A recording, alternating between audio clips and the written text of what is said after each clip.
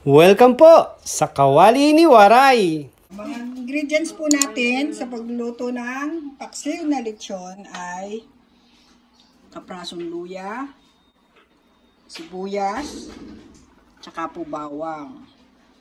Tapos, syempre, ang sarsa ng lechon at ang pinaka main ingredient po, kailangan po meron tayong lechon. Nabili lang po namin yan sa ping-ping lechon. Ayan, leftover. Oh, Maganda yan kasi magpapasko na, marami kayong matitirang lechon. At mura lang mo siya. 500 lang ho ang 1 kilo. Affordable. Ano yan? Saka po, lalagyan natin ng evaporated milk. Tapos, dadagdagan po din natin siya ng Mang Tomas para mas masarap. Kasi po itong isang to na to, libre lang po ito pag bumili kayo ng papaksiwin. May endorsement pa. Ayan po. Pagigisa na po tayo. Ngayon po, magbibigay na po tayo ng mantika. Konti lang, kasi nagmamantika naman po yung lechon. Bigyan na po natin yung maliit na luya. Tapos, ilagyan po natin ang bawang.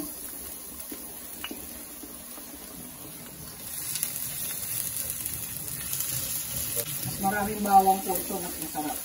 Ilagyan na po natin ang sibuyas.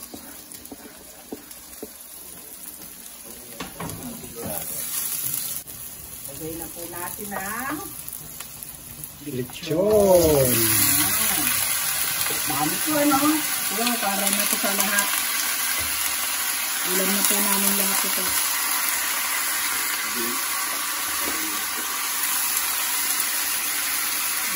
Dami na.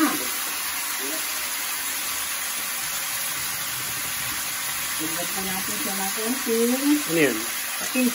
Patis. Para mas laging lumabas yung at lasa. Pampalasa. Ayan.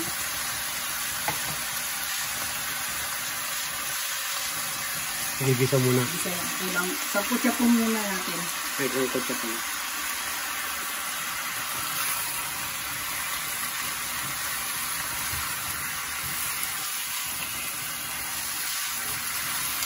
Ay, ang tama na. Super. Kung malapit kayo kailangang kiping-ping, bili kayo nito. Pwede na itong pang-salo-salo sa Pasko. Grabe mo, padalang ka titingting niya ng lechon sa Pasko ah. Pinala ka, ikaw si Waray. Anak ni Adela. Ayan, nasangkot siya na po siya. Lagyan na po natin ang sarsa. Ayan.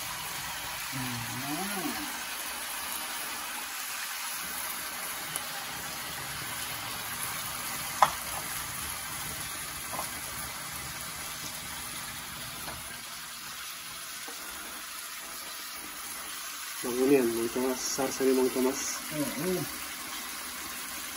Sarap Ayan, yan. papasarap din lalo. Pero pag mas maraming bawang, Mas lalo masarap. depende kung mahilig sila sa bawang. Yan natin ang konti tumubo.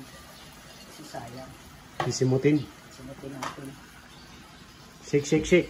Shake, shake, shake.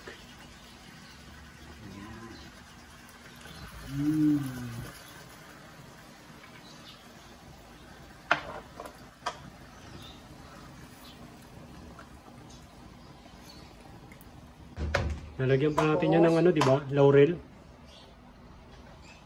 Wala tayong laurel. Hindi po ako naglalagay ng laurel, pero dapat po lagyan nyo kung optional po, pwede hindi. Kasi po, meron po akong anak na ayaw po ng amoy ng laurel. Kaya po, lagyan na po natin ng tubig. Siyempre, kailangan lahat makakain. Yan sasabihin ko nga dapat. Kawawa naman siya kung di siya makakakain dahil may laurel. Pero, pag kayo po nagluto, at hindi naman issue sa inyo yung laurel, lagyan nyo po kasi nakakadagdag siya ng lasa. Muna lang natin sa pangalang Tentay. Yan. Tapos, pakuluin na po natin siya. Palambutin natin mabuti yung lechon para mas lalo siyang lumasa. Kita niyo yan? Naku, panalo yan sa sarap. Ano yan, papalambutin na lang? Oo. Pakuluin natin pa. Bagay, luto na yung lechon no? Oo. Palalasahin lang natin. Tapos, Papadikitin lagyan po lang yung natin sarsa. siya ng Paminta. pamintang durog. na po natin siya. Lutuin natin siya ng mga 20 minutes. Ano po natin para makumulo siya at maluto siya ng maayos. Kaya tingnan na po natin. Kita niyo yan? Kumukulo-kulo na siya. Tapos kung nandito lang kayo at naamoy nyo to, palagay ko, kukuha na kayo ng kanin. Habang kumukulo ito, susubo-subo na rin kayo. Meron po akong kwento sa inyo. Nung pong bata kami, nakatira po kami dyan sa malapit sa Litsunan, dyan sa Melaloma. Dyan po kami nakatira. 10 po kami magkakapatid. Dyan po kami naging standby. Tapos po, natatandaan ko, pagka sasabihin ng nanay ko, wala tayong ulam wala tayong pera Alam niyo po kung ano ulam namin? Lechon. Kasi sa halagang 10 piso, nakakabili na po kami ng lechon. Yung pong buntot ng lechon, naku, 10 piso lang po yun. Bibili ko kami ng mga 5 nun. Kasya na po sa amin 10 magkakapatid yun, plus yung nanay namin, tsaka yung tatay namin. Niluluto nyo pa yun?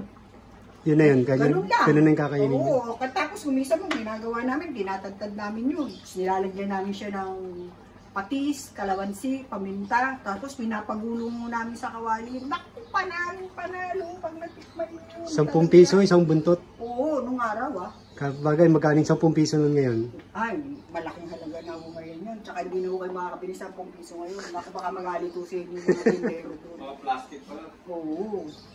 Ganon ang ano namin noon. Tapos meron pang yung, kunyari, tinagtado yung lechon na ganyan doon sa doon sa sangkalan nilang malalaki. Kinukuha ho yun, tapos nilalagay sa isang lalagyan, tapos tinitimplahan yun, tapos pinagugulong ulit sa kawali. Naku, sarap din ng tawag doon? Ang tawag po namin doon, tinagtad. Tinagtad? Mas mura yun? Oo, siguro hindi nyo pa na-experience yun. Kami, palibasa, doon kami lumaki, lahat yun nakikita namin. Yun yung pinagtadtadan. Kunyari may umorder, tapos yung mga nasa gilid. Oo, yung mga kinukuha yun sa sangkalan. Ako, ang sarap po nun. Lumaki po kami ng ganun sa kasi yung litsura na yun, mabait po yung ibang mga nakatira doon. Yung mga may-ari noon, yung Milas, yung Mang Tomas, yung Ryan, yung kay Ramon Pereros. Pagka magpapasko, libre ho ang mga bituka. Yun, sarap. Gagawin chicharon. Oo, libre, pinamimigay nila yun. Pwedeng gawin dinuguan. Tapos yung mga batok, kasi tinatanggal ho yun sa lechon dahil para maidapa nila na maganda. Naku, pinamimigay lang ho nila yun sa amin. Sarap. Kaya yun yung namin doon sa Kaya nung nawala na po kami doon sa Laloma, medyo bira na ho kami makakain ng ganito. Kaya kahapon po lumuwas yung kapatid ko Sabi ko, uy, pili mo naman ako ng papaksiwin. O yun, nakabili siya. Kaya yan, pinakikita ko sa inyo kung paano namin yan lulutuin. Ito ho, itong dami na to. 4 na pamilya na ho kami magsasalo-salo dito. Sarap. Advance ang aming Christmas. Try nyo po itong lutuin sa Christmas. Mura na. Masisiyahan pa yung mga kakain. Kasi ang paksiw na lechon habang tumatagal, lalong sumasarap. Yun. Tandaan nyo po yan. Sabihin nyo sinungaling ako pag hindi totoo. Siyempre, no? Hindi totoo, hindi sinungaling. Yun lang yun. Para po, halimbawa, kagaya po nito, sobrang dami. Para ma-assure natin na magtatagal siya, lagyan natin siya ng konting suka. Kasi po, syempre, paksiw. Dapat may konting suka. Yeah. Yan. Tapos, yan lang natin siya dyan. Pakuin natin ng konti. Okay. Tignan na po natin. Tulong-tulo na po siya. Yan. Pwede na po to. Lagyan na po natin ng final na Lagyan natin siya ng konting asukal. Sukal? Ano ba yan? Mas na sugar. Lagyan natin siya. Nakakadagdag po yan ng lasa. Hindi brown, hindi white. Okay lang kung anong meron sa inyo. Kahit ano. Tapos, lagyan na po natin siya ng evaporated milk.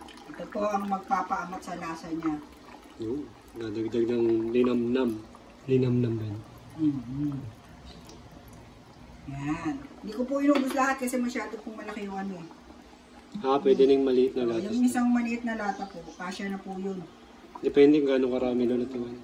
Ito kasi mahigit 1 kilo po itong na to Lechon. Lechon, yan. Pakukulay na lang natin siya para wag masira agad dahil kailangan po pinapakulo ang gatas pag nilalagay sa ulam.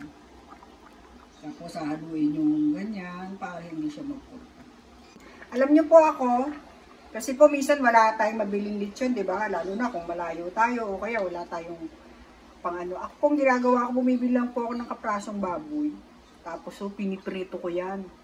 Pakukuloy ko, piprito ko. Yun, pwede nyo rin yung gawin paksiw na lechon yun. Kahit hindi lechon. Kasi ito, yung asawa ko, favorite niya to. Sabaw lang, ulam na sa kanya dito. Oo, sigurado yun.